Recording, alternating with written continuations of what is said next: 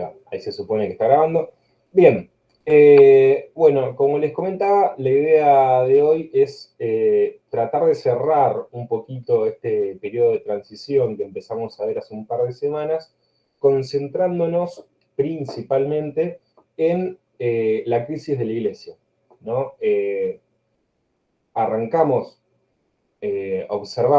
arrancamos la cursada observando cómo la iglesia va a ser un actor clave, ¿no? En el devenir del periodo medieval, ¿sí? Tanto a nivel social, cultural, político, económico, o sea, básicamente a través de todas las dimensiones de la historia. Eh, Fuimos observando cómo los diferentes cambios que van aconteciendo están directamente relacionados a ella, cómo la iglesia se va reformando a medida que el periodo medieval avanza y va experimentando fenómenos nuevos, y bueno, me pareció apropiado cerrarlo por la misma beta por la que entramos al periodo, ¿no? Eh, Dado que ya analizamos un poquito dale, no hay problema, el económico, el cultural, el político, el social, bueno, ahora hacer una suerte de síntesis de todo eso, pero, digamos, metiéndonos exclusivamente con la iglesia. En ese sentido, bueno, me adelanté un poquito, ¿no? Quería decir dos palabritas sobre los textos, perdón, sobre el texto de Boucheron, ¿no? De órdenes y desórdenes urbanos. Ese es un texto cortísimo, ¿no? Y que justamente tiene la bondad de resumir, de sintetizar los cambios que se producen a nivel de los cascos urbanos en todo este periodo. Es decir, ese texto resume, comprime lo que vimos con Medic, lo que vimos con Criet, lo que vimos un poco con Abulafia, ¿sí? Lo que vimos con el otro texto de Boucheron, con el de Florian Marcel. Es decir, es un texto que agarra el desarrollo urbano, ¿sí?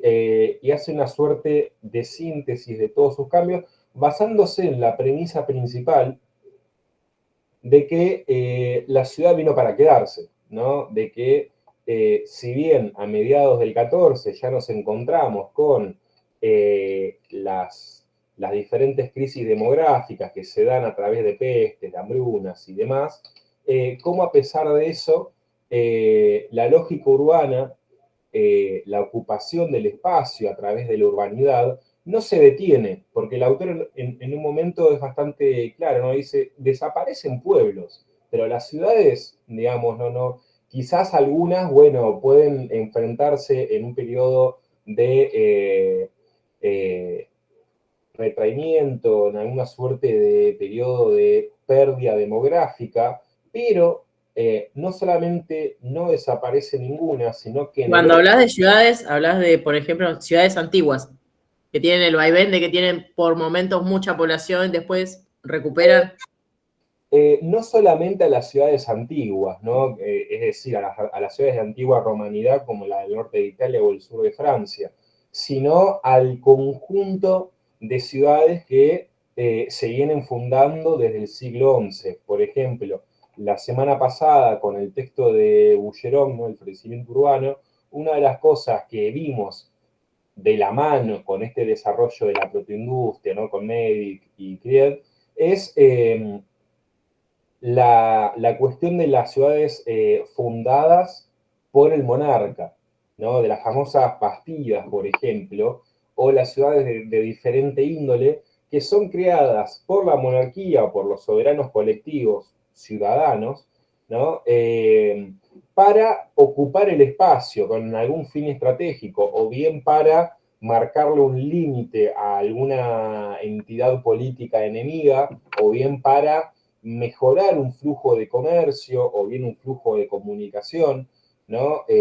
O bien para tratar de simplemente poblar un espacio, ¿no? Hay diferentes motivos que pueden desarrollar a estas ciudades, pero no solamente a las de antigua romanidad, ¿no? Sino al conjunto de cascos urbanos en los que ya encontramos cientos de ciudades fundadas por esta monarquía. De hecho, una de las ideas principales del texto este de Boucheron es que estas nuevas ciudades no surgen por inercia, por así decirlo, a través del el desarrollo del comercio, el intercambio, sino que antes que nada son ciudades surgidas por el desarrollo rural, ¿no? Por el incremento de la comida, ¿no? Hablando mal y pronto, por el incremento de la materia prima también, y que eso le permite a los monarcas empezar a, digamos, crear ciudades, muchas veces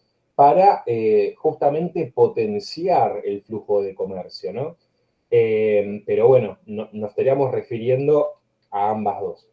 Entonces, estas ciudades, durante las crisis de mediados del 14, no solamente van a mantenerse, sino que si miramos hacia el este, ¿no? Hacia Europa del Este, vamos a encontrar nuevas fundaciones de ciudades. Es decir, ¿qué nos está queriendo decir Boucheron con este segundo texto del desarrollo urbano? Que los flujos de migración poblacional, si bien se mueven por las pestes, por las hambrunas, terminan radicándose en otras ciudades, no en el campo, ¿no? Entonces, ¿qué quiere decir con esta variable y con la variable de que no desaparecen ciudades sino pueblos? Que las ciudades empiezan a conformarse como el nuevo tipo de habitabilidad del espacio, ¿no? Ya reemplazando completamente, es decir, la mayoría de la gente va a seguir viviendo en el campo, ¿no? Pero ya no se elige la colonización del espacio a través del mundo rural, sino principalmente a partir del mundo urbano, ¿no? Es decir, que es una lógica que vino para quedarse y que es una lógica que nace, ¿no? Del conjunto de cambios que está atravesando el periodo. Es decir, no solamente por el incremento del comercio, no solamente por el desarrollo de nuevos vínculos sociales de producción, ¿no? Los gremios, los Berleger, el Gauss System y demás, sino también por el incremento del poder de las monarquías, es decir, el incremento de la centralización del poder, el desarrollo demográfico, etcétera, ¿no? Y es una lógica ya para este momento, o sea, para mediados del 14, lo suficientemente fuerte como para, a pesar de estar sacudida por estas pestes, estas hambrunas, mantenerse, ¿no? Como lógica imperante. Algo muy algo que contrasta fuerte, ¿no? Con lo que sucede en los siglos de retraimiento demográfico, poblacional de la Edad Media Central, ¿no? Eh, bien, entonces, este texto, el de Boucheron, es un texto corto que tiene principalmente este mérito, ¿no? De alguna manera comprime, sintetiza y relaciona todo lo que venimos trabajando en las clases anteriores. Este texto les puede servir para el parcial en términos de cómo abordar la síntesis, ¿no? Cómo lograr un texto sintético que pueda relacionar diferentes temáticas en un texto corto, ¿no? Por ese lado, creo que está su principal utilidad, por eso lo dejé tan para lo último. Bueno, dicho esas palabras sobre el texto de Boucheron, me interesa meterme más en profundidad ahora sí con la crisis de la iglesia, ¿no? Dos textos, Providente, Jacques Paul.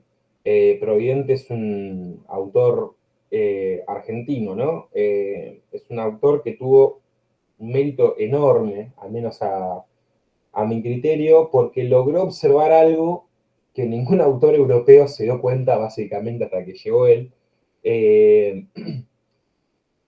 Eh, lo que hace es trabajar el fenómeno conciliar a partir de un caso puntual, ¿no? Que es el juicio a Jean Hus, ¿no? En el concilio de Constanza. ¿Y por qué digo que va a tener un mérito enorme? este autor? Porque básicamente va a agarrar a toda la historiografía francesa y la va a poner en relación, en dinámica con toda la historiografía checa, ¿no? Es decir, si él aborda el juicio a Jan Hus, ¿no? Que era un autor checo, justamente, pero que es, digamos, enjuiciado en un concilio ecuménico donde los franceses tienen muchísimo peso, ¿no? Y que tiene fuertes repercusiones para lo que va a ser la monarquía francesa a posteriori. Bueno, algo que quizás sea un poco obvio para nosotros es, bueno, acá tenés un autor que toca ambos mundos, ¿no? Jan Hus está en el medio, está en la bisagra entre el mundo franco y entre el mundo checo. Bueno, algo que no se le ocurrió a ningún autor francés fue poner en relación ambas líneas historiográficas, perdón, ambas líneas historiográficas, ¿no? Eso tiene que ver quizás un poco con el ombliguismo europeo, ¿no? De no lograr esta suerte de sincretismo entre, digamos, líneas historiográficas. Bueno, tuvo que ir un argentino a hacerlo. Creo que el principal mérito de la originalidad de su obra es ese, ¿no? Poner en línea dos corrientes que hasta el momento no estaban relacionadas. Eh, Esto, nada, en términos de metodología histórica quizás le sirva, ¿no? Hoy en día el trabajo se orienta mucho a la interdisciplinaridad y eso no implica solamente la unión entre diferentes ciencias, entre diferentes áreas del saber, sino entre diferentes corrientes, ¿no? Que muchas veces, mirando historia argentina quizás, no suelen relacionarse. Eh, bueno, entonces, habiendo hecho esa introducción, eh, vamos a meternos primero con el de Jack Ball, que nos da una suerte de panorama general de qué está pasando en Europa en estos siglos, para después meternos más en concreto con el de Providente, que trabaja, digamos, un caso muy puntual, ¿no? En términos espaciales y temporales. Entonces, bueno, lo primero que dice Jack Paul en su texto, o la primera idea, ¿no? Con la que va a direccionar su trabajo, el primer eje rector que nos plantea, es esta idea de que la iglesia se adapta, ¿no? Esto que venimos trabajando ya desde el principio de la cursada, la iglesia es plástica, la iglesia es flexible, se construye de esa manera, básicamente, ¿no? Entonces, dentro de esta idea de que es flexible, de que se adapta, la iglesia tiende constantemente a reformarse. De hecho, si ustedes agarran y revisan todas las clases del principio hasta ahora, una palabra que aparece constantemente en los análisis que hacemos es la de reforma, ¿no? La iglesia está constantemente reformándose y eso es la puerta de entrada al poder que amasa, pero también en algún punto quizás el punto de fractura que va a tener. Entonces, lo que nos va a plantear este autor es que durante todo el periodo de Aviñón, ¿no? Es decir, todo el periodo posteriori a los sucesos de Anagni, ¿no? Es decir, Nogaret, esta mano derecha de Felipe el Hermoso, el rey de Francia, ¿no? Que entra al norte de Italia, lo captura el Papa Anagni, lo mantiene preso, lo tortura hasta que se muere, básicamente, etc., va a marcar un antes y un después.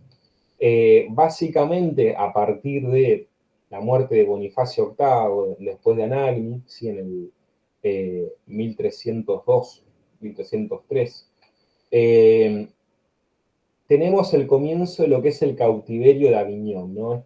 Esta idea de que Francia se queda con el dominio sobre la curia romana al punto tal de que la sacan, la extraen, la extirpan de Roma y la llevan hacia Aviñón, donde va a residir casi un siglo, no, bueno, 60, 70 años, ¿no? Hasta 1378, cuando el Papa vuelve a Roma y ahí empieza el cisma de Occidente, ¿no? Otro problema.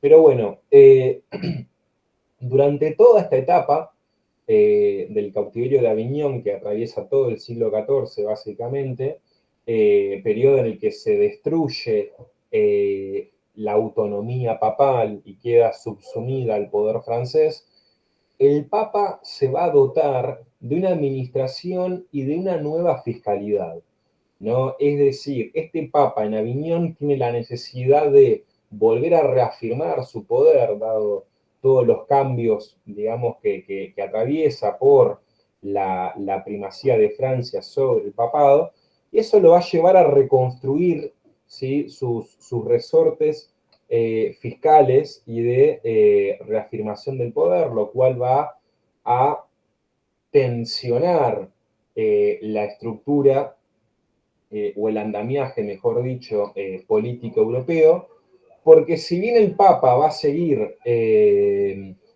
pidiendo los diferentes impuestos a toda a todo la territorialidad europea, ya no va a ser desde Roma, sino desde Aviñón. Es decir, las diferentes entidades territoriales del imperio, por ejemplo, no le va a dar igual que el que le está pidiendo la recaudación sea un papa francés de Avignon en vez de un papa autónomo o que estaba bajo la esfera imperial desde Roma, ¿no? Esto entonces efectivamente va a tensionar las relaciones no solamente desde lo económico, es decir, aumentan las cargas fiscales, sino también desde lo político, es decir, nos permite la entrada a un siglo que no solamente va a ser crudo, ¿no?, como analizamos hace una o dos semanas, por los cambios en la forma de combatir, sino que esos cambios se van a relacionar, van a entrar en dinámica con estas nuevas tensiones políticas o geopolíticas, quizás, eh, y, y esta unión entre ambas dinámicas va a sumergirnos en un periodo de especial violencia, ¿no? Porque no solamente tenemos una nueva forma de hacer la guerra, sino que tenemos nuevos conflictos que van a tensionar a la totalidad del armado político europeo. Entonces, bueno, básicamente lo que va a plantearnos Jacques Paul es, en primer término, el caminito de cómo llegamos ahí, ¿no? Cómo llegamos a esa situación, cómo pasamos de un papa fuerte, autónomo, que logra conformar la primera monarquía europea, a un papa, digamos, totalmente subyugado por el poder francés. Entonces, bueno, ahí el autor se pone a hacer una suerte de cronología donde encuentra el primer eslabón, el primer mojón de este recorrido en el concilio de Letrán IV, en el 1215, ¿no? Concilio por demás importante, donde, entre otras cosas, se aprueban las nuevas órdenes mendicantes, tan importantes para la construcción papal, porque le permiten penetrar en el espacio urbano. Recordemos que el mundo monacal no mendicante tenía como una suerte de retracción de la vida, una suerte de alejamiento de la sociedad.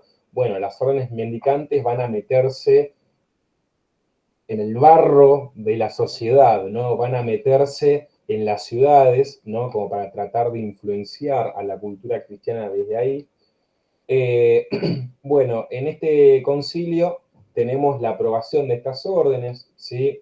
Y tenemos que lo que se logra en este concilio realmente ecuménico, ¿no? Hay más de 1.200 entidades territoriales representadas, ¿no? Es un concilio donde no solamente se reafirma el poder papal, sino que también hay nuevas definiciones doctrinales, hay, bueno, una nueva oleada de lucha contra las herejías, donde inclusive no solamente se sientan las bases de la nueva Inquisición, perdón, sino que además se declaran cruzadas en contra de los herejes, ¿no? Es decir, se siguen utilizando estas herramientas propias del poder papal. Eh, entonces, hay una suerte de línea continuadora, no solamente en términos de papas que continúan lo logrado en este concilio, sino que el autor hace fuerte hincapié en el apoyo de los diferentes movimientos reformistas. No sé si recordarán de cuando trabajamos reformas gregorianas, pero un elemento clave para lograrlas fue el apoyo al Papa, ¿no? De diferentes instituciones eclesiásticas locales y regionales, que ya venían planteando una reforma y encuentran en las reformas gregorianas, en este intento del Papa de reafirmar su poder en los diferentes territorios europeos, la oportunidad o el marco de llevar a cabo con más poder, con más fuerza, de manera sistemática, esas reformas, ¿no? Entonces, acá lo que tenemos es que, si bien en el concilio de Letrán IV, estos movimientos reformistas tendientes a la renovación espiritual siguen apoyando al Papa, bueno, son los que en el siglo XIV lo dejan de apoyar, ¿no? Entonces, la pérdida de apoyo de estos movimientos reformistas regionales y locales, fuertemente letrados, ¿no? O sea, son personas que hacen exégesis bíblica, ¿no? Es decir, están creando ideología. Bueno, el Papa va a empezar a perder este apoyo que tenía hacia el XIV. Bien, entonces, estos movimientos reformistas que se enfrentan al poder laico, principalmente al poder del emperador, van a encontrar esta suerte de apoyo papal, en principio, y con el paso del tiempo, ante las diferentes situaciones que va a ir tensionando al papado con Francia y con el imperio, lo va a ir perdiendo, ¿no? Entonces, acá lo que tenemos es que hay, para principios del XIV, una serie de círculos de poder eclesiástico que buscan la reforma espiritual, o mejor dicho, profundizarla, bueno, que van a tener una serie de exigencias religiosas que no se ven reflejadas en el poder del Papa y que empiezan a, digamos, contestar el poder del Papa o inclusive quitarle su apoyo, y empiezan a encontrar una vía para esta reforma espiritual justamente en los poderes laicos, ¿no? Es decir, viran el eje de su lealtad de Roma ante la incapacidad de Roma de darles, de continuar este marco de apoyo, a el poder estrictamente laico, que de hecho retengan esta idea porque cuando abordemos el Concilio de Constanza vamos a desarrollarlo un poquito. Bien, hasta acá no sé si hay preguntas, dudas. Ok, bien, avanzo. Bueno, entonces, estos problemas se empiezan a plantear, o sea, estos problemas que empiezan a tensionar a los movimientos reformistas con el Papa, se empiezan a plantear a mediados del 13, ¿sí? Cuando determinados sectores empiezan a quitar este apoyo, ¿sí? ¿Y por qué van a empezar a quitar este apoyo? Bueno, porque los resortes del poder sobre el que se construye el papado no solamente empiezan a desgastarse, sino a perder credibilidad, ¿no? Entre ellos la idea de cruzada y las diferentes instituciones que surgen a partir de la idea de cruzada. Van a empezar a declararse cruzadas que quedan en saco roto, ¿no? Por ejemplo, la semana pasada, la anterior, no recuerdo sinceramente, habíamos visto cómo se declara una cruzada contra el reino de Aragón por haber dominado el sur de Sicilia, cruzada que queda en la nada, es decir, no solamente es derrotada, sino que a su vez ni siquiera tiene una suerte de cierre, sino que simplemente se diluye. Mismo las diferentes órdenes militares creadas por las cruzadas en Oriente Medio empiezan a enfrentarse con la derrota, ¿no? Empiezan a perder territorio, empiezan a perder espacios, y eso afecta directamente el poder del Papa. Digo, si el papado se construye con un discurso victorioso, no con un discurso belicista, que apunta principalmente a la dimensión de lo espiritual, pero que tiene una clara dimensión terrenal que complementa y apoya al espiritual, bueno, acá lo que tenemos es que el Papa empieza a ser derrotado. Y en esas derrotas se empieza a poner en tela de juicio su mismo poder al punto tal de que se empieza a hablar de corrupción, inclusive. Entonces, acá lo que tenemos es que a su vez se le suman los diferentes conflictos que surgen en las universidades, ¿sí? Acá tenemos de vuelta, ¿no? Podemos mechar con el texto de Abulafia y de cómo determinados intelectuales cristianos empiezan a ser considerados heréticos por discutir determinados elementos de la supremacía papal, ¿no? Entonces, acá tenemos una serie de elementos que retoman los autores que ya venimos viendo, ¿no? Y que básicamente van a buscar o van a lograr que el ala más innovadora de la iglesia, aquellos movimientos reformistas, empiecen a ponerse a la defensiva. Esta crisis eclesiástica, si bien todavía no estalla, se empieza a explicitar muy fuertemente en los diferentes interregnos que van a empezar a sucederse a la muerte de los papas, ¿no? Por ejemplo, a la muerte de Clemente IV en 1260, a fines de la década de 1260, sí creo que 1067, 1068, por ahí, se va a causar una división entre cardenales, entre digamos, lealtades, ¿no? Que va a durar bastantes años, ¿no? Esto va acompañado de nuevos fracasos, principalmente ligados a las cruzadas, y con nuevas reorientaciones políticas, ¿no? En este sentido, Gregorio X, ¿no? Uno de estos papas que surgen de estos interregnos, va a empezar a virar nuevamente hacia el imperio, ¿no? Para tratar de alejarse de la influencia francesa, es decir, mucho antes de Anagni, mucho antes de el cautiverio de Aviñón y demás, ya tenemos a una curia romana inquieta por el exceso de influencia francesa sobre ellos, ¿no?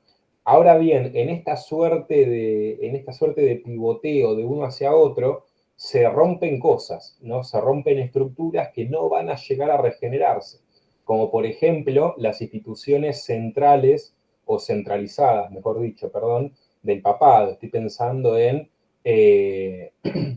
la Orden de los Templarios, por ejemplo, ¿no? Que marca la centralización eclesiástica, o sea, es el ejemplo de centralización eclesiástica por excelencia, básicamente. Bien, estos interregnos ya de la segunda mitad del 13, como decía antes, van a empezar a relacionarse con las pérdidas militares de la iglesia. Estoy pensando en la caída de Acre, ¿no? Que es la última gran fortaleza cristiana en Medio Oriente, la última cabeza de playa que le quedaba a Occidente en la región del Levante, ¿no? Y bueno, toda esta situación de crisis espiritual termina de estallar con la renuncia de un papa apodado Angélico, ¿no? De Celestino V.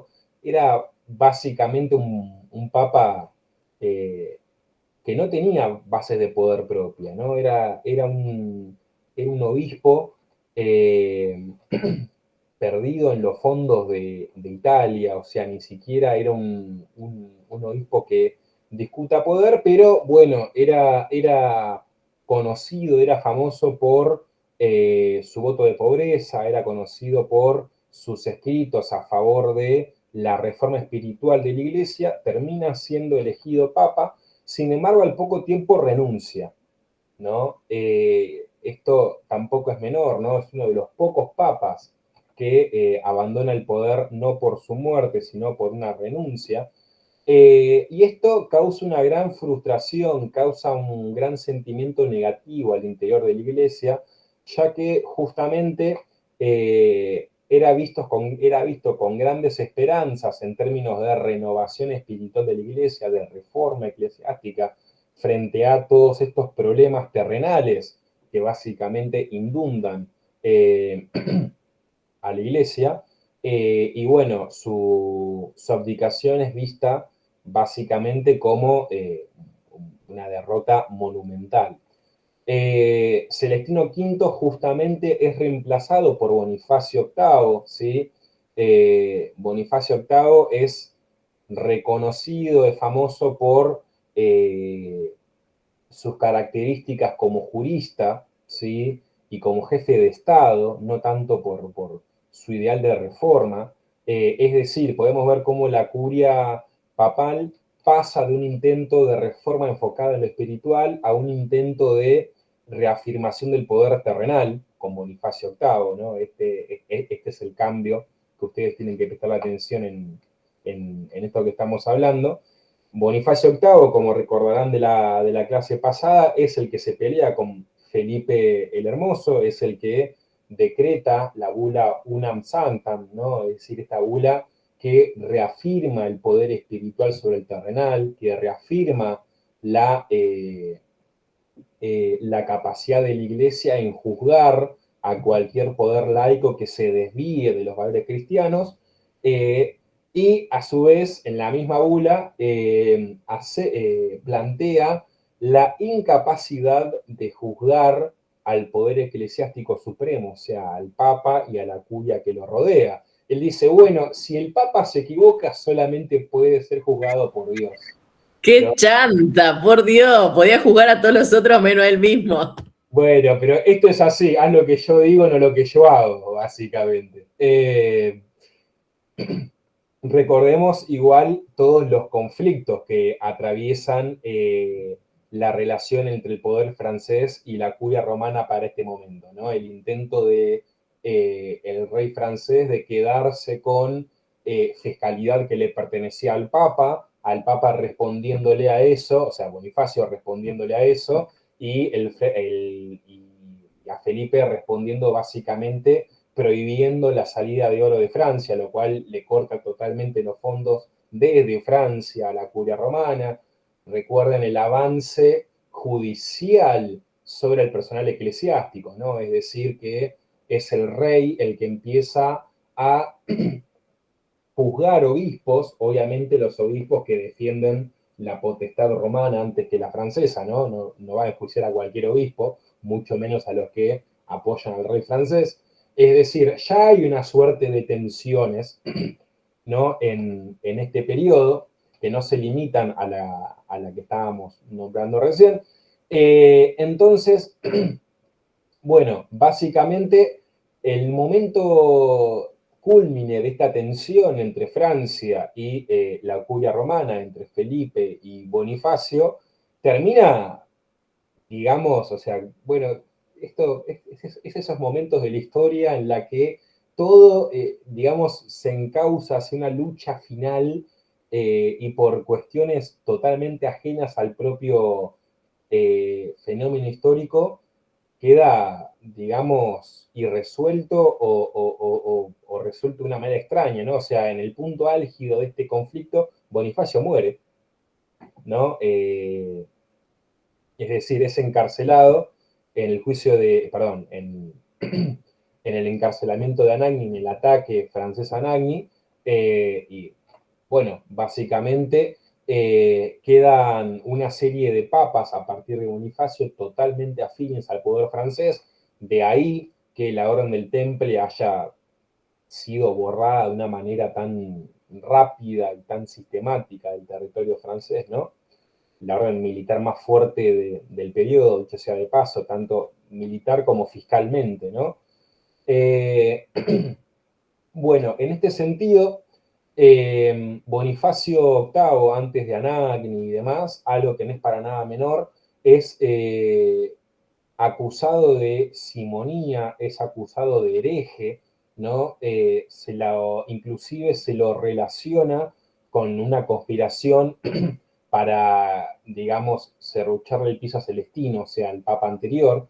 Es decir, hay una serie de obispos, de cardenales franceses que empiezan a generarle una mala prensa a Bonifacio VIII en el medio de todo este conflicto, ¿no? En la que básicamente lo tratan de ilegítimo y a qué recurso recurren para empezar a disputarle el poder al concilio, ¿no? Es decir, acá tenemos que las herramientas del poder papal no solamente se desgastan o pierden legitimidad, sino que además empiezan a ser utilizadas por los poderes laicos o por la misma iglesia, pero que ya responde a poderes políticos laicos y no a la iglesia. Como el caso de, bueno, estos concilios que son convocados por el rey y no por el papa. Bien. Entonces, cada vez hay una intromisión mayor de Roma en los asuntos temporales, ¿no? Si algo podemos sacar en limpio de todo esto, es que Roma se está metiendo de manera directa en los asuntos temporales, ¿no? Está discutiendo la fiscalización, está discutiendo el enjuiciamiento de personal eclesiástico, pero, digamos, enjuiciamiento al fin y al cabo. Entonces, acá ya hay también una pérdida de legitimidad papal, dado que se empieza a meter en asuntos en los que las mismas reformas gregorianas decían que en los que no tenían que inmiscuirse la iglesia, ¿no? Todo esto va en paralelo con el incremento del poder de los reyes, ¿no? Eso no tenemos que olvidar en absoluto. Hay un aprovechamiento del andamiaje político laico sobre esta crisis de la iglesia. Eh, bueno, no solamente, como decíamos recién, a través de quedarse con fiscalidad que era potestad de la iglesia o con la capacidad de enjuiciar a personas que quedan por fuera del poder laico, sino, digamos, directamente inmiscuyéndose en los asuntos internos de la curia romana, al punto tal de, bueno, el cautiverio de Aviñón, ¿no? De decirle al Papa hasta en dónde tiene que habitar. Acá, punto no menor, me estaba olvidando, nosotros habíamos hablado de las Bastidas, ¿no? De estas ciudades creadas, fundadas por el monarca. Bueno, Aviñón está rodeada de Bastidas, ¿no? En ese sentido podemos ver cómo el monarca, justamente con la fundación de ciudades, está buscando cimentar o cristalizar su poder en una región, en este caso fronteriza, con el norte de Italia, con el territorio de influencia papal romano, a través de la fundación de ciudades, reitero, y cómo Aviñón queda rodeado de estas bastidas, es decir, de población y funcionarios totalmente afines al monarca. Es decir, podemos ver cómo estas fundaciones tienen, en este caso, un objetivo muy claro: fortalecer el poder del monarca en esta región periférica y fronteriza con la zona de influencia papal, ¿no? Bien, entonces, bueno, 1303, atentado de Anagni, ¿sí? Guillermo de Nogaret. 1305 se coloca a un prelado francés afín a la corona en el trono de Roma, un tal Clemente V, ¿sí?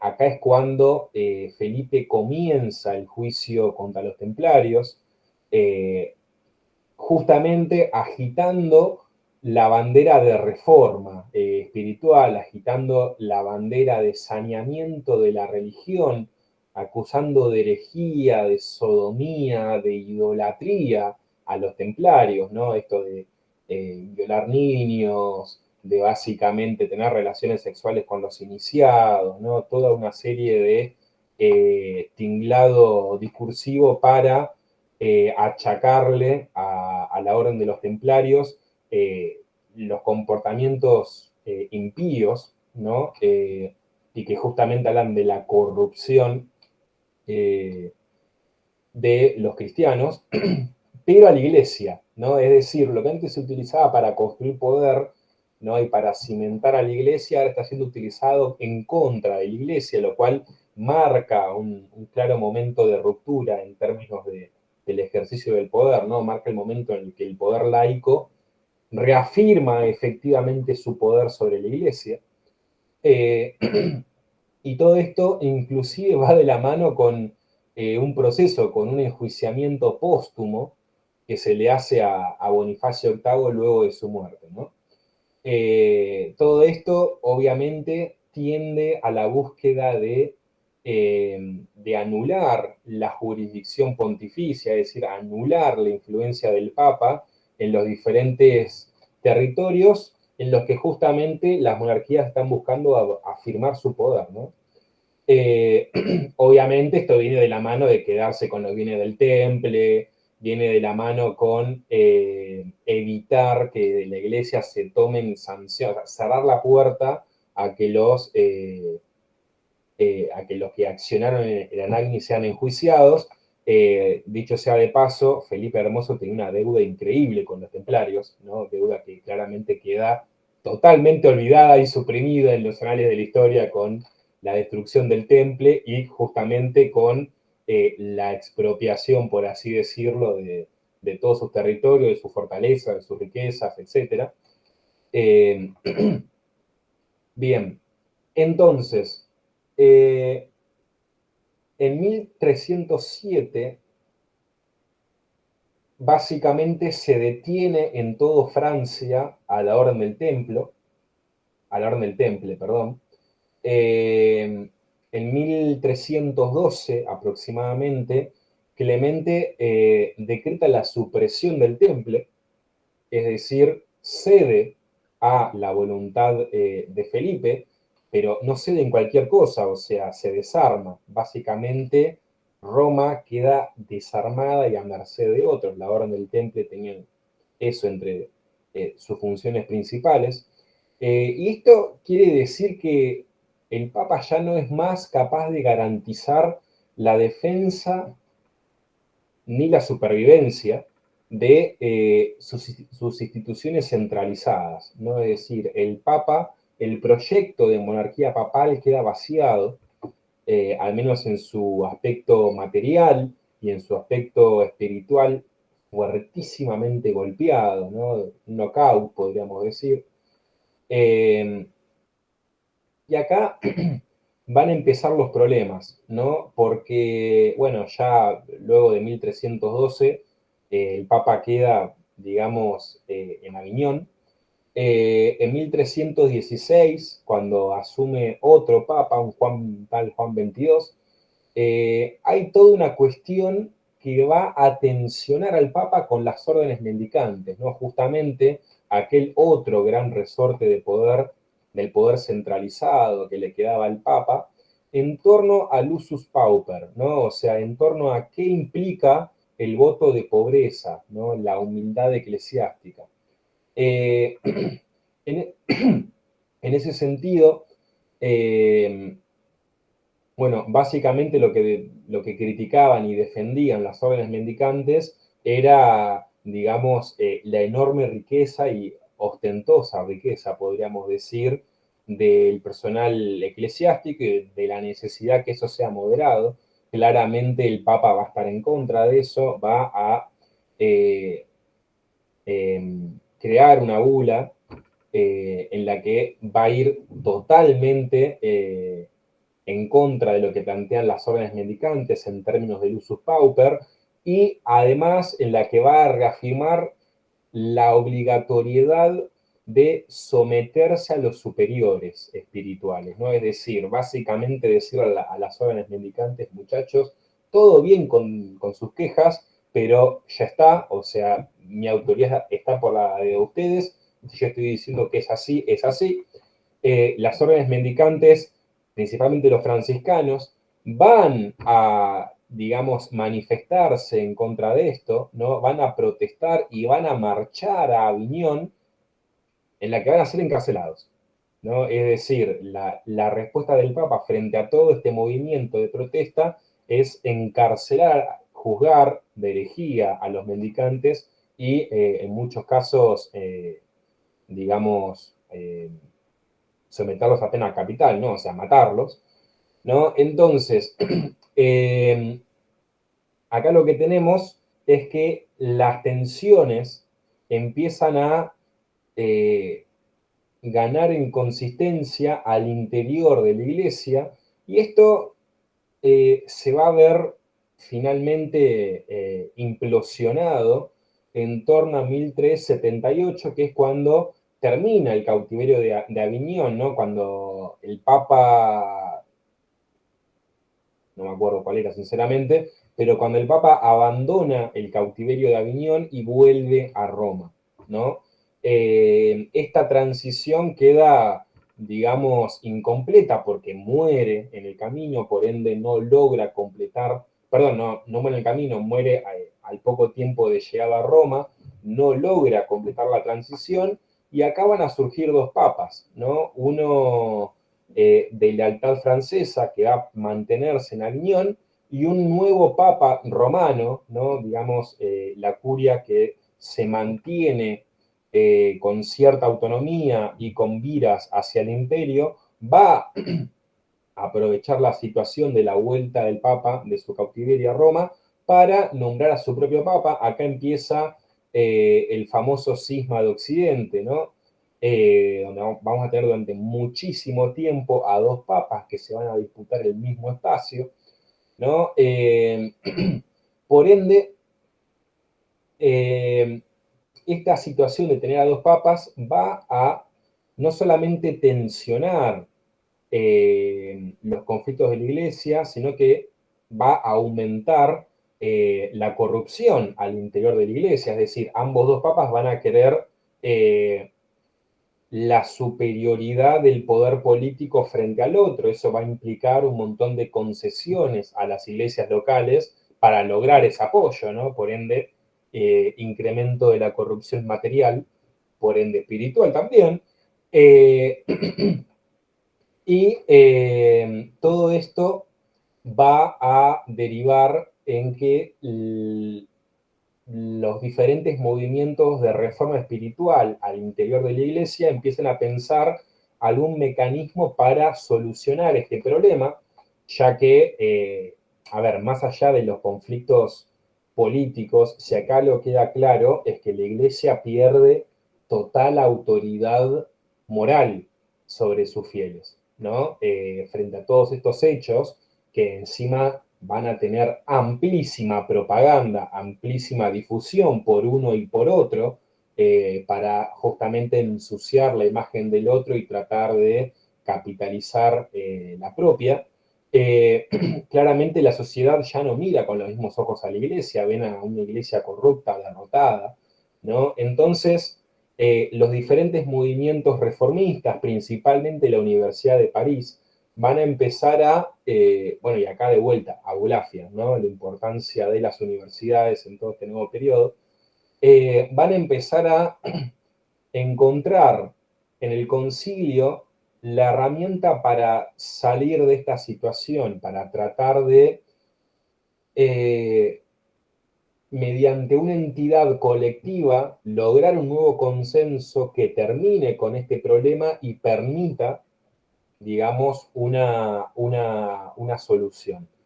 Bueno, ahí tenemos varios concilios, ¿no? Primero el concilio de Pisa en 1409, concilio bastante masivo, ¿no? Es decir, se ve reflejada en la asistencia a este concilio no solamente el querer, digamos, capitalizar la decisión emanada por este concilio por las diferentes lealtades, la de Aviñón o la de Roma, sino principalmente la necesidad de superar este dilema, esta crisis, por parte del total del cuerpo eclesiástico, ¿no? Indistintamente de cuál sea su lealtad política terrenal. Sin embargo, el concilio de Pisa va a terminar muy mal.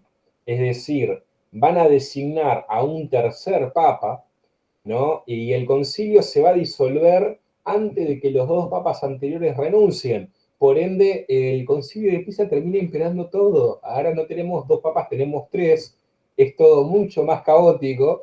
Y esto empieza a encontrar una solución 5 años después en torno a Constanza, que justamente el concilio que trabaja Providente, ¿no? Algunos datos como para contextualizarlo antes de meternos con el de Providente. Este concilio es convocado por un tal Segismundo de Luxemburgo, ¿no? Va a ser el futuro rey de todos los romanos, o sea, del Sacro Imperio, ¿no? Y esto es bastante interesante. Es un concilio ecuménico que no es convocado por ningún papa, que es convocado por un poder terrenal para solucionar un poder espiritual. Es decir, en términos de legitimidad, en términos discursivos, gana fuerza esta idea de la corrupción al interior de la Iglesia y la necesidad de la intervención de estos nuevos poderes centralizados, ¿no? De estas monarquías, para tratar de purificar la situación, ¿no? En este sentido, bueno, en este concilio efectivamente se va a solucionar el problema del Cisma de Occidente, se va a empoderar a un nuevo papa, ¿sí? A un tal Martín V.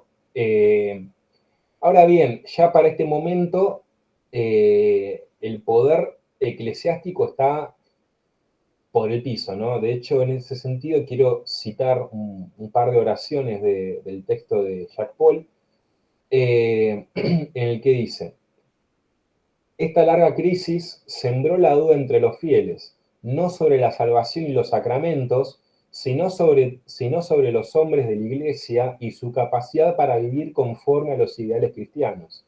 A pesar de la calidad religiosa de personajes eminentes que trabajan sin tregua para la reunificación de la Iglesia, la jerarquía eclesiástica está bajo sospecha.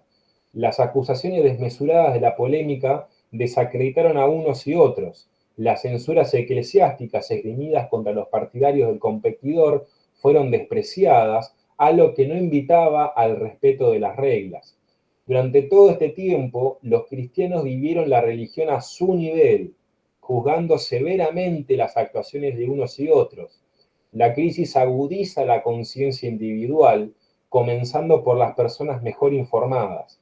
Los príncipes tienen más que nunca en sus manos las iglesias de sus territorios, puesto que les corresponde tomar iniciativas para que cese la división de la iglesia. En medio de esta desolación, voces indiscutiblemente religiosas y santas se elevan en uno y otro bando. Al comienzo del cisma, Santa Catalina de Siena apoya al Papa de Roma, San Vicente Ferrer permanece unido al Papado de Aviñón hasta el momento en que la Iglesia del Reino de Aragón se distancia de Benedicto XIII. Bien, este párrafo creo que en gran medida resume de lo que venimos comentando.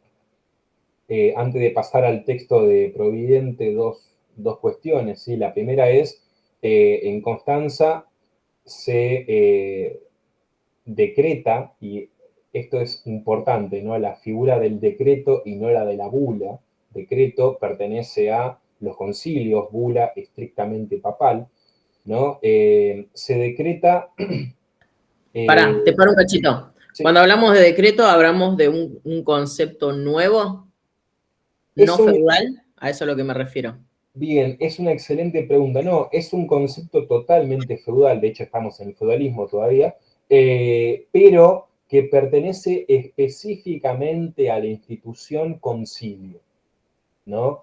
Es decir, el decreto es el resultado del consenso alcanzado por el total del personal eclesiástico convocado y presentado en el concilio, ¿no? La bula, en cambio, es un documento emitido por el Papa, ¿no? En el que el Papa expresa su voluntad sobre un tema determinado. Entonces, ¿por qué me parece interesante marcar esta distinción? Porque justamente la terminología decreto, a partir de todo este problema causado por el cisma de Occidente, el cautiverio de Aviñón y demás, se resignifica. Es decir, los padres conciliares, en su afán de encontrar en el concilio un nuevo dispositivo que evite este tipo de crisis en un futuro, entre otras cosas, ponen en valor el concepto de decreto, ¿no? Es decir, van a buscar que el decreto en algún punto quede igualado y en determinadas situaciones en superioridad a la bula. En pocas palabras, ¿qué van a buscar decir? Frente a situaciones determinadas, frente a situaciones específicas como esta, donde tenemos un problema inédito e infrecuente, como tener 3 papas, ¿no? Bueno, la totalidad del cuerpo de la iglesia representada a través de sus representantes, valga la redundancia, en concilio, ¿no? En asamblea, ¿no? La decisión que emane de ahí va a tener más fuerza que la del Papa, y el Papa va a tener que acatar lo que digamos nosotros. Es decir, es... La bula representaría a una sola parte de la institución, sería al Papa, al representante, en cambio, el decreto representaría a toda la institución. Exactamente, reunida en concilio, ¿no? Se supone que tendría mayor peso por la cantidad de participantes que afirman esto. Claro, pero ojo, hay una distinción importante, o una, mejor dicho, importante, en situaciones específicas. Es decir, en situaciones inéditas donde la estabilidad de la iglesia se encuentre en jaque por algún motivo y sea necesario, ¿no? Recurrir a este tipo de mecanismos. Profe, Sí. y ahí digo, sirve para los intereses, obviamente, ahí de propios internos y abre también el juego también a generar, digo, a aprovecharse de esos momentos, digo, también. Digo, Totalmente. Bueno, acá lo que vamos a tener, y ahora con el texto de Providente se va a ver un poco mejor, acá lo que vos tenés es que estas monarquías en construcción de las que estamos hablando están todo el tiempo mirando lo que hace la iglesia. Pero la están mirando todo el tiempo porque la iglesia fue la primera monarquía exitosa, la que logró construir instituciones cuando el poder laico, digamos, ni podía soñar con eso. Entonces, para ir construyendo su poder a partir de la legalidad, a partir de la burocracia, ¿no? Están mirando lo que pasa en los concilios. Y en ese sentido, la iglesia tiene mucho cuidado de lo que decreta, justamente para evitar lo que vos acabaste de mencionar, para evitar un aprovechamiento de la situación por parte de los poderes laicos, ¿no? Y en ese sentido es que hay un decreto que se llama Frequens, el chat se escribe así, y que justamente lo que va a buscar es imponer al papado el control de una asamblea, ¿no? Pero en este tipo de situaciones específicas, para evitar que justamente las iglesias locales, a través de la influencia de los monarcas, puedan básicamente influenciar en cualquier situación de la iglesia. Obviamente, esto para la época era considerado un montón, ¿no? Esto va a ser fuertemente resistido por los papas, porque ven que su autoridad y su legitimidad queda en jaque por un concilio, ¿no? Que es considerado, o sea, en términos de jerarquía, los que van al concilio son inferiores al papa, por más que sean un colectivo, por ende está mal visto. Ahora nos vamos a meter un poquito más con el tema del concilio en específico, porque como ustedes saben, esto no es propio de esta época, es muy antiguo, es decir, data de la Alta Edad Media y de la Antigüedad Tardía, pero acá lo que va a ser interesante es que si bien Constanza logra resolver el problema del cisma de Occidente, eh, las tensiones no terminan ahí, porque lo que vamos a tener a partir de Constanza es que el concilio, al haber resuelto esto, va a sentirse en afán de empezar a tener una mayor autoridad y una mayor voz al interior de la iglesia, ¿no? Es decir, se entienden como una institución fundamental ahora de la iglesia y como tal van a plantear inclusive que tienen que ser convocados obligatoriamente cada 5 años, ¿no? Y acá van a plantear algo bastante interesante que también pone en jaque un poco al Papa. Se van a convocar cada 5 años estando convocados o no por el Papa.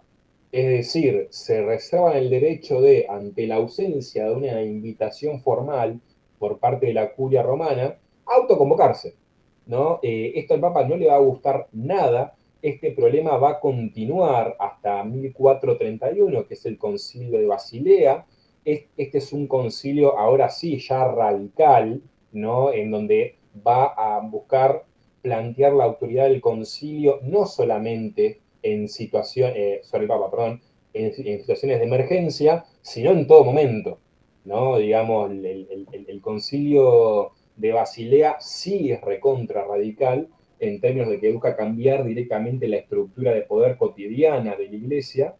Y bueno, obviamente el concilio de Basilea va a ser reprimido de manera atroz, no solamente por el Papa, sino por absolutamente todos los poderes centrales de la época, ¿no? Porque, a ver, ¿qué van a decir el monarca francés o del Sacro Imperio? A mí me conviene negociar con una persona que con miles de personas convocadas en una asamblea, ¿no? Yo puedo influenciar sobre una persona, no puedo influenciar sobre miles. Por ende, digamos, esta ya idea radical, podríamos decir hasta democrática, de la concepción del poder va a ser totalmente rechazada y reprimida por todos. De hecho, me hace acordar bastante, no sé si ustedes vieron Juego de Tronos, se ubica en la serie, no sé si vieron el último capítulo, tengo miedo de spoilearles, por eso les pregunté, cuando se ponen a discutir quién va a ser el rey, ¿no? Y aparece Sam y dice, bueno, ¿y si dejamos que la gente vote y todos se le matan de risa en la cara, básicamente? Bueno, Basilea viene a hacer eso, básicamente. Un grupo de, vamos a llamarles idealistas eclesiásticos que plantean una visión democrática del poder que es, bueno, digamos, arrasada, ¿no? El concilio de Basilea no dura nada, justamente por la represión. Bien, hasta acá, antes de meterme con el de Providente, no sé si dudas, preguntas. Perfecto. Bien. El de Provident, yo Sí. estuve chusmeando recién, nos pusiste un libro entero. No, pero no se asusten. No, sí, Fíjate sí, que no. dice la Súper introducción. te va. No, dice la introducción. De hecho, me voy a fijar Ah, ahora bueno. por las dudas porque.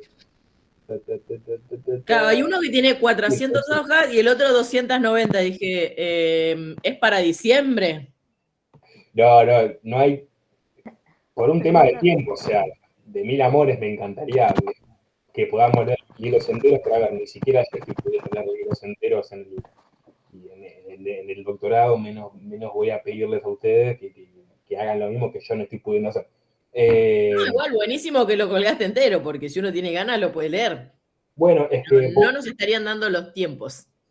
no, eso desde el vamos, ¿no? Sí, a ver, los libros que tengo enteros me gusta dárselos enteros en caso de que a alguno le interese la temática, ahí tiene de sobra.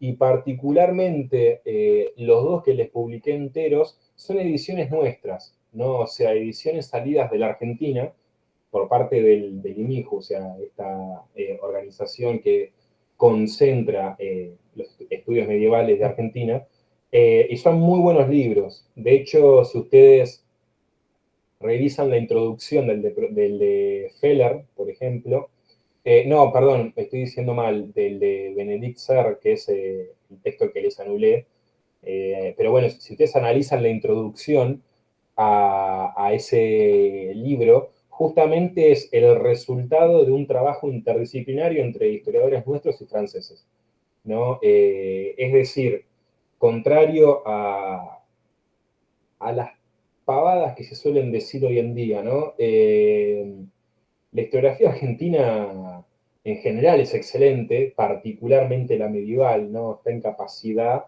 de discutirle de igual a igual a cualquier historiador del mundo, ¿no? Y en ese sentido es un mérito en sí mismo porque no tenemos la igualdad de condiciones, claramente, que se puede encontrar allá. Por ende, estos libros, más allá de que no les interese trabajar el periodo, quizás sería interesante que en algún momento los lean porque son producciones nuestras sobre debates actuales, no sobre debates totalmente superados de Dobby Suisse y de mediados del siglo pasado, sino que son temas de ahora y que surgen a partir no sé si sabían, pero a mediados del siglo pasado se encontró una biblioteca de libros gnósticos, o sea, de libros místicos que salen por fuera del canon e inclusive de la heterodoxia cristiana, ¿no? Y bueno, con esos nuevos libros, perdón, con esas nuevas fuentes, se está revisando básicamente la totalidad de las concepciones sobre el mundo medieval que tenemos, principalmente las cristianas, porque bueno, son textos cristianos. Y a raíz de todo eso es que se llega a las producciones de esos libros, y a raíz de eso también es que Providente termina escribiendo lo que escribe, ¿no? Es decir, en términos de historiografía en general, son muy buenos materiales. Bueno, pero todo eso para decir, quédense tranquilos, del de Providente solamente la introducción, que va de la 11 a la 27, si no me equivoco. Y bueno, en esa introducción justamente lo que hace es abordar el problema de lo conciliar, ¿no? ¿Qué es el concilio? ¿Para dónde encara? ¿Cómo debemos interpretar ese fenómeno? ¿Cuáles son los antecedentes de la idea conciliar? ¿Y por qué es importante, digamos, todo eso? Porque hasta hace muy poco tiempo, hasta hace un par de décadas, la idea general era que el concilio es un dispositivo radical, ¿no? Era esta idea de que el concilio aparece con fuerza, ¿no? Como elemento de política real en el siglo XV para tratar de resolver un problema inédito, como es el cisma de Occidente. Y justamente la tradición que se basa Providente para su trabajo es la de, no, el concilio no es radical, es totalmente ortodoxo en su concepción del poder, y es mucho más antiguo que la tradición papal de poder, ¿no? Por ende, hay que ponerlo en su debido lugar para entender este periodo. Es decir, fíjense que este debate sobre cómo interpretar los concilios es recontractual, ¿no? Es algo sobre lo que se sigue trabajando, de hecho. Dicho sea de paso, la idea conciliar, ¿no? Tiene un montón de vertientes que no están para nada exploradas, ¿no? Llega hasta el Río de la Plata. Una de las cosas bueno, pude linkear en su momento trabajando el tema conciliar, pero que lo dejé porque sinceramente siento que me faltan herramientas para poder hacerlo bien. La idea conciliar llega a la Constitución de 1819, ¿no? La famosa Constitución unitaria.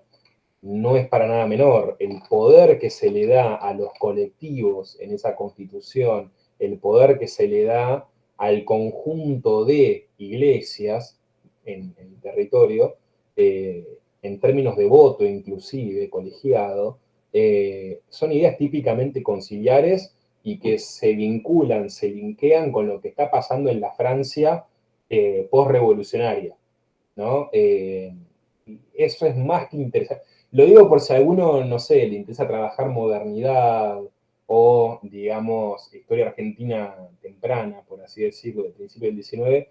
Es un tema político más que interesante para abordar, y no es necesariamente trabajar la iglesia. En todo caso, trabajar la iglesia en relación a el desarrollo político o a las ideas políticas.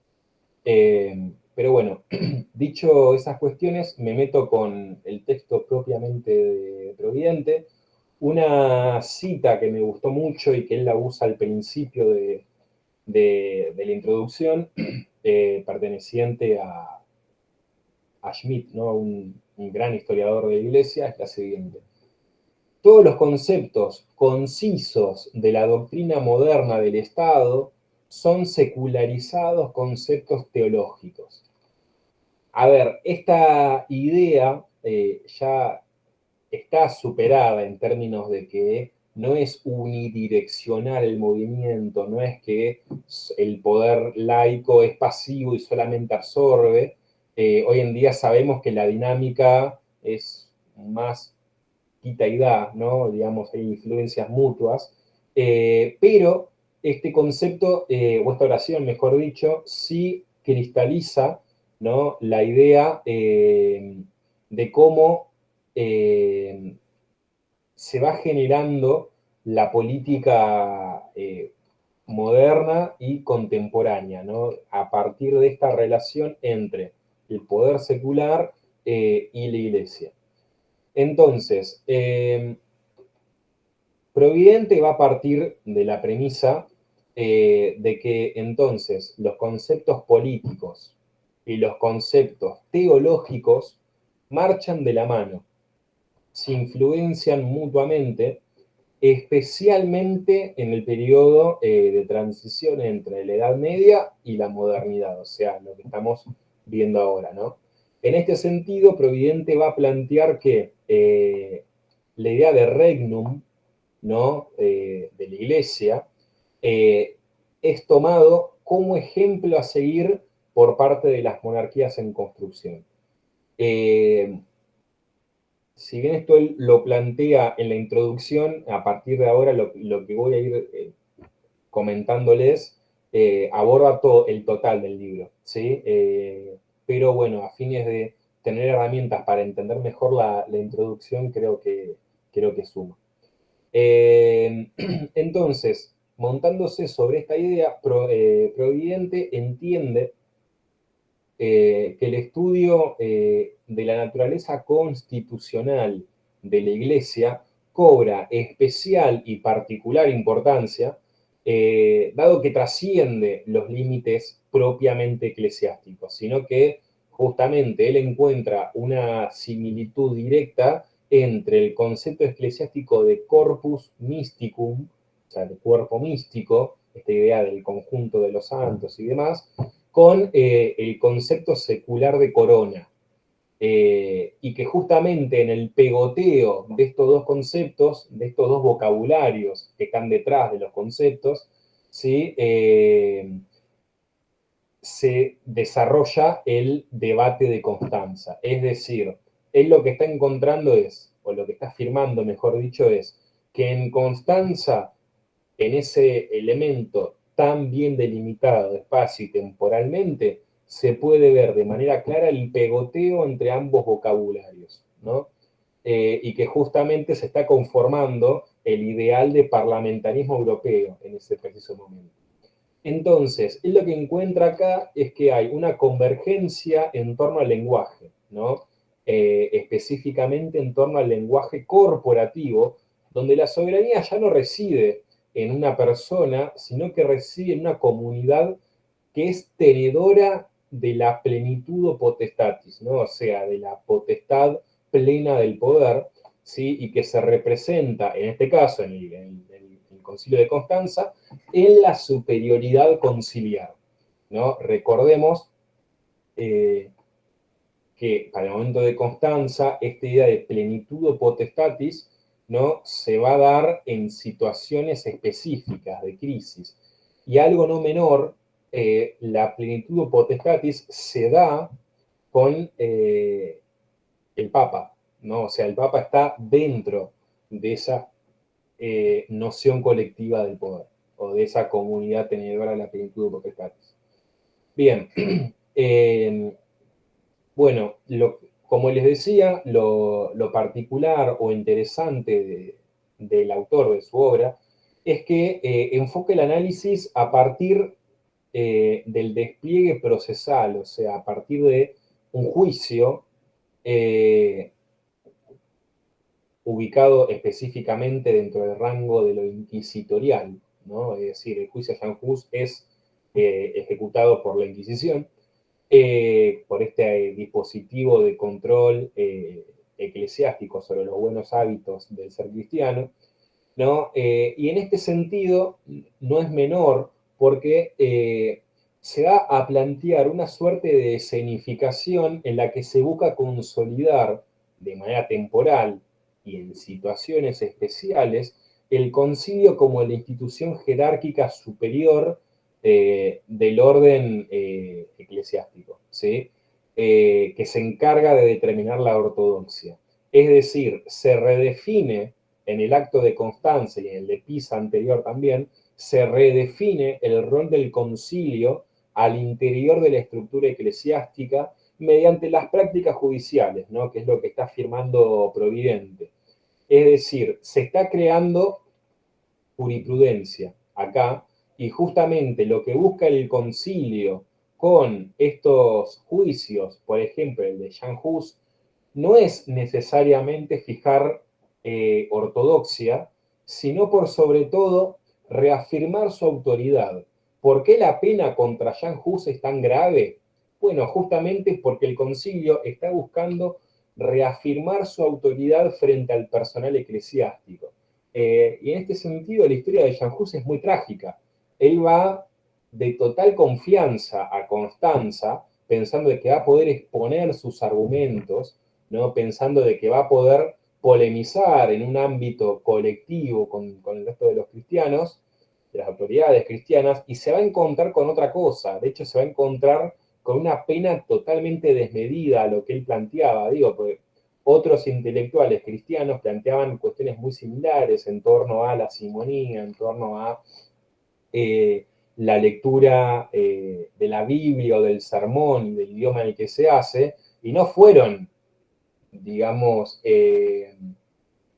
enjuiciados con la pena capital, con la muerte, sino que fueron, bueno, excomulgados, con alguna reprimenda, lo que sea, pero no a ese punto. Entonces, bueno, él acá lo que se encuentra es que termina siendo víctima de otro fenómeno político que no tenía absolutamente nada que ver con él, ¿no? Esa es básicamente la idea que va a desplegar Providente. De hecho, les recomiendo, en caso de que les interese esta cuestión, leer en específico el capítulo, no me acuerdo cuál es, está entre los primeros, en el que describe paso a paso, día a día, el juicio, inclusive transcribiendo fragmentos de las discusiones, de los argumentos, en el que Jan Hus, digamos, trata de dialogar teológicamente y los padres conciliares le están discutiendo con argumentos jerárquicos, ¿no? Digamos, de autoridad, es decir, el lenguaje con el que están hablando es diferente, y en esos términos es que Jan Hus termina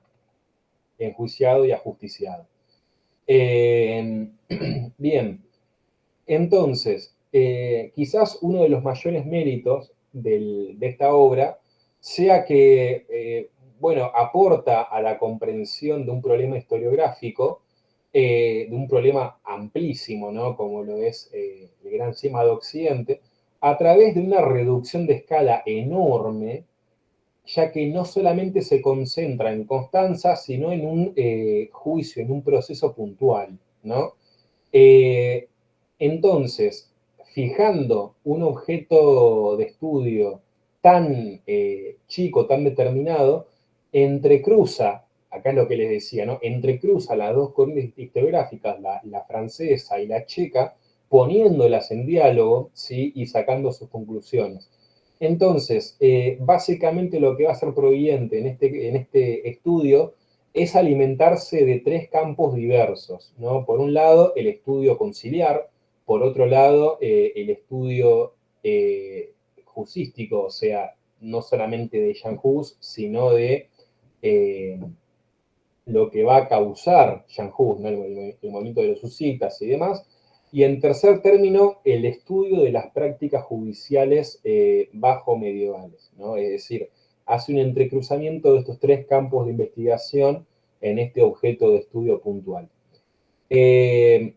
Bueno, en este sentido, él va a continuar toda una línea historiográfica ya, digamos, cimentada por otros autores, ¿sí? De mediados del siglo pasado, en la que lo que se trata de hacer es plantear, sostener que existe un camino, una relación entre el Concilio de Constanza y 1789, o sea, la Revolución Francesa y, digamos, el eclosionamiento, perdón, de la política entendida en términos colectivos y más democráticos.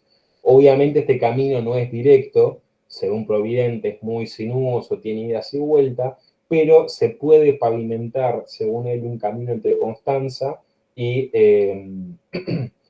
la Revolución Francesa. ¿Cómo escribo el segundo estudio? El segundo cambio, sí, ahí te lo paso. Se escribe de esta manera. Está en latín, pues como muy específico, ¿no? El campo de estudio, pero es básicamente todos los estudios relacionados a Jan Hus y sus consecuencias. Bien. ¿Hasta acá hay una pregunta, alguna duda con todo esto que estamos hablando? Bien, avanzo. Bien, entonces, acá la cuestión se pone interesante, ¿no? Porque él va a mezclar un poco datos históricos con situaciones políticas contemporáneas, ¿no?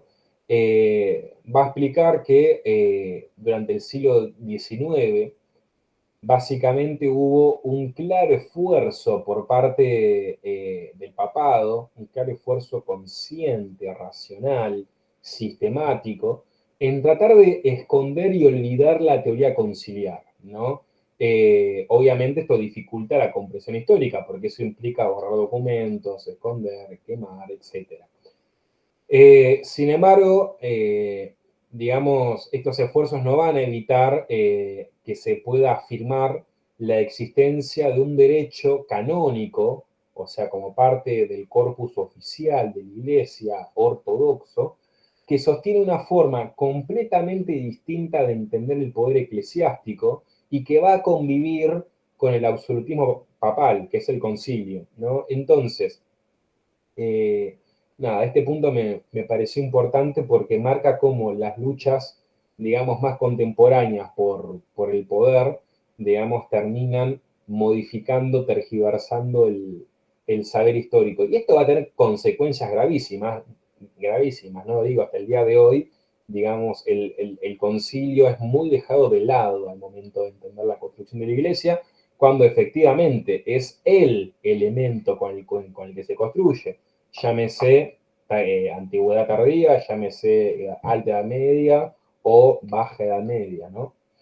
Eh, bueno, como les decía, Providente va a defender que las afirmaciones realizadas por los padres conciliares no van a tener en absoluto un carácter radical, ¿no? Acá está discutiendo con los autores que plantean al concilio como un dispositivo radical, democrático, como un experimento, ¿no? Eh, sino que basados en la tradición y basados en la imperiosa necesidad de resolver un problema muy acuciante como tener tres papas,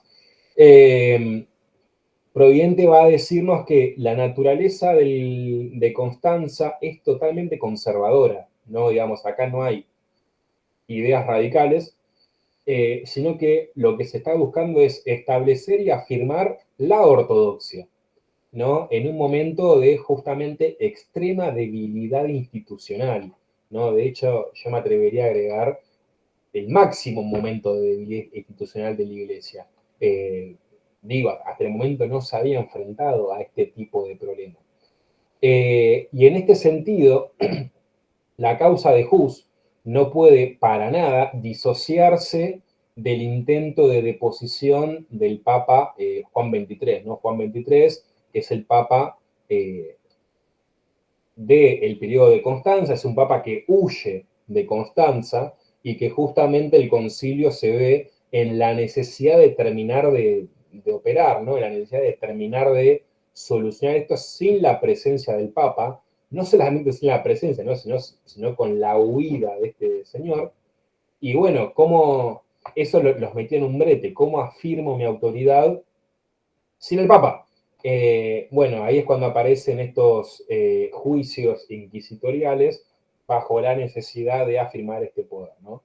Entonces, para Providente, tanto el cisma de Occidente como los problemas que le trae a la autoridad eclesiástica, no pueden para nada disociarse a su vez de la política secular, ya que, como decíamos al principio, los diferentes participantes laicos ¿no? De una serie de conflictos regionales que él trabaja más hacia el final del libro, y que también son enjuiciados en Constanza, van a buscar apoyo en los resultados de los diferentes procesos que sucedan en Constanza. Es decir, ¿qué nos está queriendo decir?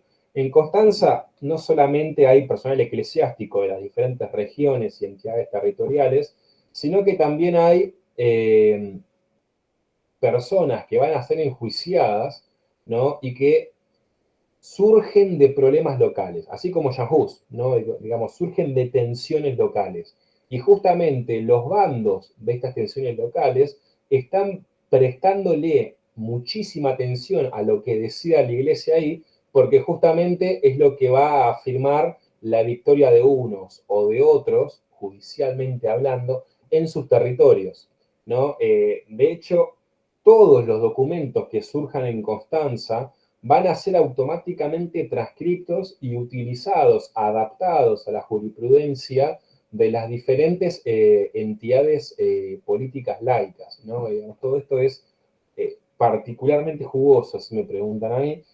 Entonces, bueno, volviendo un poquito a la cuestión metodológica, ¿no? Por eso antes le hablaba de los campos de estudio y demás. Básicamente, para comprobar su tesis, Providente va a tratar de comprender de qué modo una serie de cuestiones teológicas y canónicas hallaban expresión en la práctica, ¿no?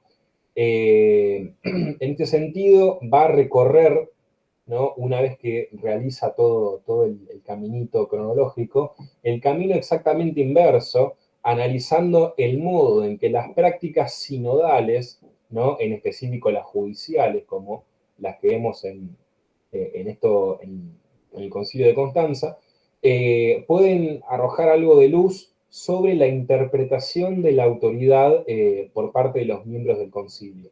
Es decir, primero, tratar de codificar en términos reales, materiales, concretos, terrenales, cómo esta gente está entendiendo los pasajes de la Biblia, ¿no? Y los diferentes cánones teológicos.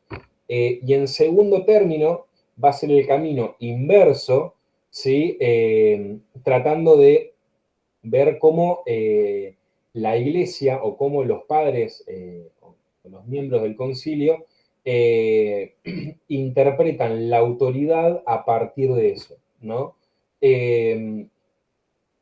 Bien. Hasta acá preguntas, dudas con esto último, quizás un poco medio enredante. Bueno, en este sentido, entonces, lo que va a plantear Providente es que en Constanza hay un intento por reconstruir los lazos de obediencia desde abajo hacia arriba, ¿no? ¿Cómo yo puedo deslegitimar a un papa, a un obispo de Roma que huye? ¿Cómo puedo legitimar la autoridad de este cuerpo colectivo? Bueno, reafirmando los lazos de obediencia desde abajo hacia arriba, ¿no? Y en este sentido es cuando guarda particular importancia el cumplimiento de las condenas a Jan Hus y a otros que son enjuiciados con él. Es decir, el concilio está buscando crear modos de proceder jurídicos específicos, ¿no? Nuevos, que antes no existían y que tienen que ver directamente con la potestad plena del poder, con la plenitud o potestatis conciliar, ya que esta puede entenderse como el intento de reforzar la obediencia absoluta eclesiástica, y que en ese sentido el Papa no queda por fuera, ¿no? El Papa es rehén también de esa necesidad de obedecer los cánones de comportamiento cristiano, ¿no? Y que justamente esta instancia representativa de la universalidad de la Iglesia, acá aparece otro concepto que es el de Ecclesia Universalis, ¿no? Posee un carácter definitivo e infalible, ¿no? Es decir, que la potestad y que lo que emane de esta entidad colectiva no puede ser ni siquiera puesta en duda por el Papa. Bien, en este sentido, para los padres conciliares va a ser fundamental dejar bien en claro, ¿no? Los procesos de herejía, ¿no? Y que solamente una instancia representativa, colectiva y legítima podía resistir contra un gobierno tiránico. Esto guarda, porque vamos a encontrar fuertes ecos de esta idea, ¿no? En la modernidad, ni hablar de Inglaterra, ¿no? De la Revolución Gloriosa y demás, bueno, la Revolución Francesa también, ¿no? Esta idea de que solamente una entidad o una instancia representativa, colectiva, legítima, tiene la capacidad de resistir a un gobierno tiránico. Bien. Bueno, de hecho justamente sobre lo que separa el concilio para poder destituir, ¿no? a este papa en huida. Bien, entonces, Providente lo que va a hacer entonces es sostener la idea de que la representación y los diferentes debates en torno a el desarrollo constitucional europeo marca una continuidad, ¿no? Tenemos una continuidad clara entre el Concilio de Constanza y la Revolución Francesa, con todo lo que hay en el medio, ¿no? En términos de pensamiento constitucional y especialmente respecto al caso alemán, ¿no? Que, bueno, es también el que más conoce él por su propia investigación. Bueno, como les decía hace un rato, hacia el final del libro, ¿no? Lo que va a hacer Providente es comparar el caso de Jan Hus, ¿no? Con otros similares, ¿no? Y acá lo interesante es que, a diferencia del de Jan Hus y de otros eclesiásticos, hay casos muy puntuales en la que el concilio se va a guardar, ¿sí?, de no tener ninguna decisión definitiva sobre ellos, justamente para que esto no sea tomado por los poderes laicos como algo a ser utilizado a su favor, ¿no?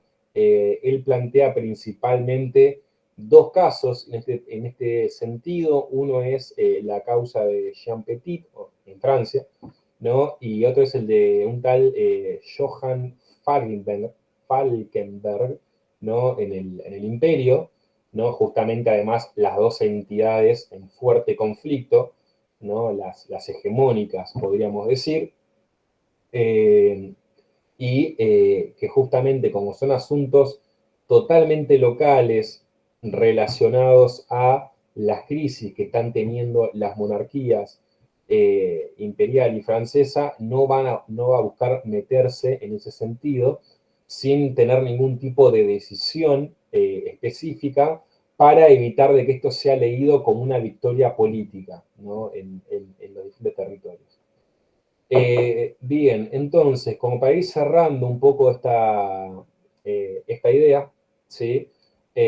Acá lo interesante, creo yo, no es solamente la cuestión en términos de contenido, o sea, en términos de qué pasa con los concilios, sino en términos de metodología, ¿no? Lo que a mí me gusta mucho de este libro es que el autor te muestra de manera muy clara cuál fue su procedimiento, ¿no? Cómo mezcla áreas del saber, cómo recorta un objeto de estudio, con qué prisma lo mira, ¿no? O mejor dicho, con qué prismas lo mira, ¿no?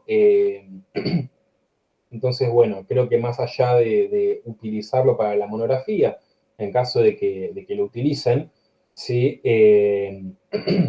Sirve, digamos, en este sentido, y ni hablar de que, más allá de la cuestión meramente eclesiástica, nos tira bastante luz, ¿no? En términos de cómo deberíamos comprender las dinámicas de poder entre el mundo laico y eclesiástico, ¿no? Cómo, a través de una crisis política, en este caso, o sea, se crean un montón de documentos que nos permiten analizar no solamente el fenómeno en sí mismo, sino, digamos, el pasado. Es decir, esta dinámica entre poder laico y eclesiástico, en términos de cómo construir poder, no es exclusiva de este periodo, sino que es al revés. Tiene un pasado de siglos y que encuentra en este momento una suerte de cristalización, y como cierre de la materia, me parece bastante acertado, ¿no? Terminar de esta manera, porque justamente nos permite visibilizar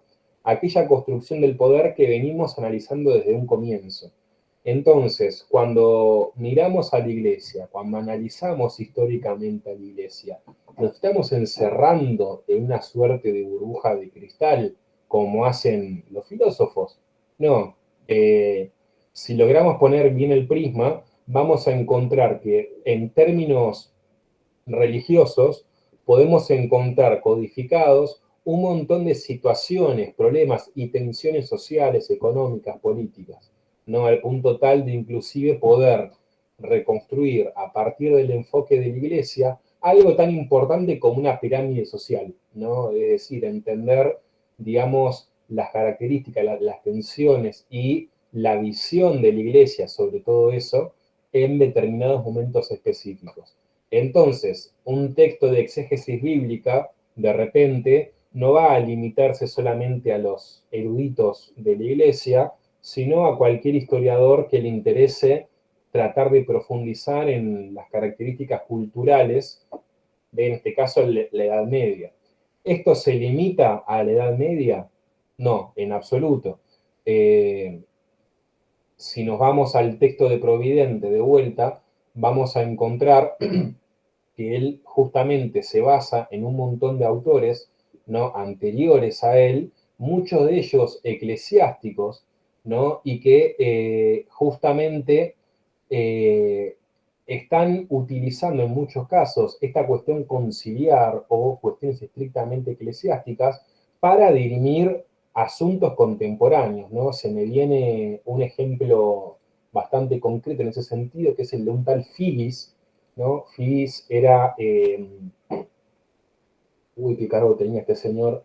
Bueno, es un inglés de principios del siglo pasado, y que justamente en su defensa, o sea, era personal eclesiástico, ¿no? No me acuerdo el rango que tenía, sinceramente, pero era personal eclesiástico, y cómo Filis, en su afán de defender la autonomía de las instituciones locales, no solamente religiosas, frente al avance de la monarquía británica, vuelve a basarse en los factores conciliares, no vuelve a basarse en este saber eclesiástico para un asunto totalmente terrenal y material de su época, ¿no? Por ende, nada, ahí se puede ver de vuelta una relación directa entre esto, digamos, y la contemporaneidad. Cristian recién hacía así, no sé si era porque lo conocías a Fis, eh, o por qué, no sé si te animas a comentarlo. Uy, se tildó, no sé si... No, anda media, la conexión media trucha, pero te sigo, sí leí un toque. Bien, lo de Fis, digamos, fue que te gustó particularmente o ya lo conocías. Leí poquito, sí. Ah, o sea, bueno, bien, lo tenés entonces. Sí, es un autor, de hecho, que actualmente, en términos de comprender los procesos de eh, construcción de nacionalismos y avance del Estado sobre, digamos, las sociedades que gobiernan eh, a través del nacionalismo, digamos, son autores que últimamente se están usando bastante, ¿no? Lo cual es interesantísimo porque quiere decir que hay una relectura de todo el fenómeno a partir de toda esta información nueva que se está volcando, ¿no? Pero bueno, hasta acá básicamente lo que tenía para hoy. No sé si quedó alguna pregunta, duda, comentario.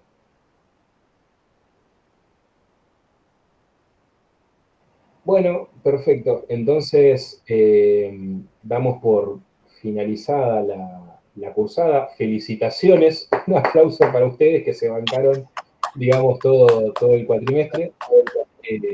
Más que merecido, ¿sí? Más en estas épocas, ¿no? Encontrarse, o mejor dicho, hacerse el tiempo para estudiar, para cursar, no me parece en absoluto algo menor, especialmente para gente como nosotros, que además, digamos, tiene su trabajo y sus responsabilidades, ¿no? cualquier duda o consulta que tengan con las monografías, por favor escríbanme, sí, para eso estoy. Si alguien tiene o quiere alguna consulta así por Zoom, individual, para o bien abordar algún tema que quizás le haya quedado floji o que quiera saber para la monografía o el final inclusive, sepa que lo puede hacer sin ningún tipo de problema, simplemente se coordina un horario, un día y listo. En el caso majestuoso, en el cual todos saquemos 4 o más de 4 y vayamos a final, ¿qué tipo de final sería? Bien. Mira, yo no busco asesinar a nadie con los finales, básicamente lo que yo les propongo es que armen un tema, es decir, o bien un tema de los que abordamos, o bien un tema de cosecha propia, lo cual siempre es recomendable, en la medida de lo posible que atraviese transversalmente a la materia, o sea, qué sé yo, agarrar 5, 6 autores de las diferentes unidades que les permitan construir un hilo conductor, como hablamos en la primera monografía, y bueno, en 15, 20 minutos me arman ese caminito, ese hilo conductor.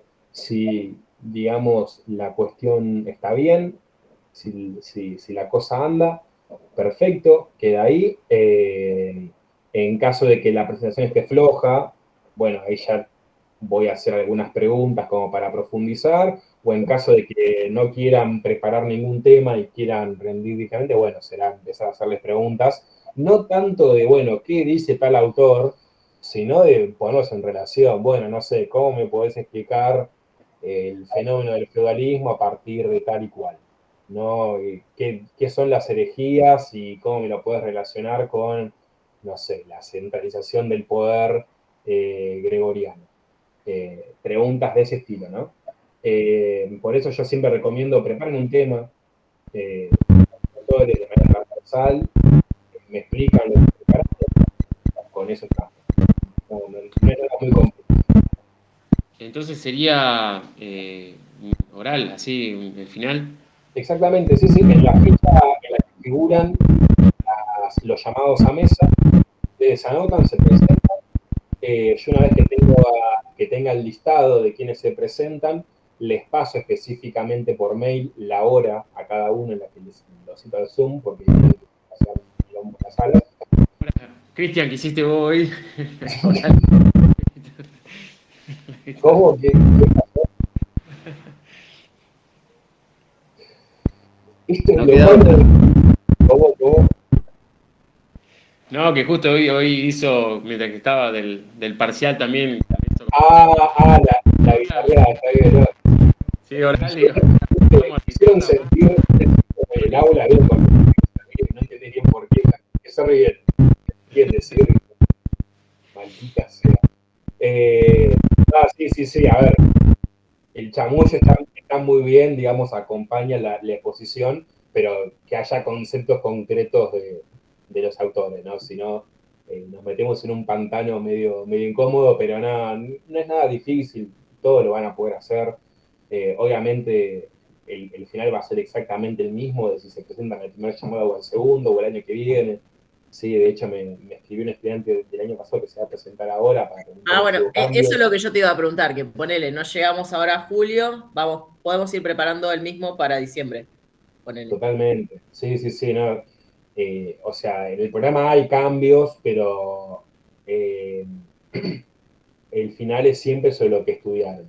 Es decir, ponerle que vos lo que es rendir acá el año que viene, bueno, las temáticas van a ser las mismas, no es que te voy a tomar lo que no viste. Así que sí, por ese lado, quédense tranquilos, tranquilas, de que no es nada del otro mundo. ¿Sí? Es simplemente una suerte bueno, ver qué les quedó de la materia, ¿no? Ver cómo me pueden armar un hilo transversal con algunos autores y ya. No mucho más que eso. Bien, no sé si quedó algo en el tintero, algo más que me quieran preguntar. No, yo de mi parte por ahí obviamente considero que vamos a probar. Ya a ver que está positivo, si no. Pero por ahí para después, para el caso del final, eso sí, por ahí un mensaje, no sé si, o un mail, decir, bueno, tengo pensado ir con este tema, eso también poder Sí, consultar. obvio. Y para decir, bueno, una recomendación, entonces ya está, uno se queda tranquilo de que va a ir un poco más armadito, ¿no? De hecho, es recomendable, ¿no? Es recomendable porque es preferible si el tema que armaste tiene alguna falencia, te lo marque en el mail antes de que te lo marque en el coloquio, ¿no? Sí, sí. ¿Dudas sobre la materia o sobre la cursada en general, la UNIPE que tengan? Escríbanme en el momento que sea. ¿Sí? No. En ese sentido, no importa que termine la cursada o etcétera, duda que haya, duda con la que se tienen que sentir en libertad de escribirnos, ¿no? Estamos para eso en definitiva. Más en este tipo de temas medievales, ¿no? Hay que aprovechar que la UNIPE tiene ahí como un rejunte de historiadores medievales importantísimos. O sea, obviamente yo no, yo soy un 4 de copas, pero Yo quiero saber dónde está el perro que nos acompañó toda la cursada. No, se lo llevó, se lo dejé a mi madre, el perro, que está atravesando una mudanza bastante fuerte ella. O sea, de hecho, hubo varias clases que no tuvimos, pues le estaba ayudando con el tema de la...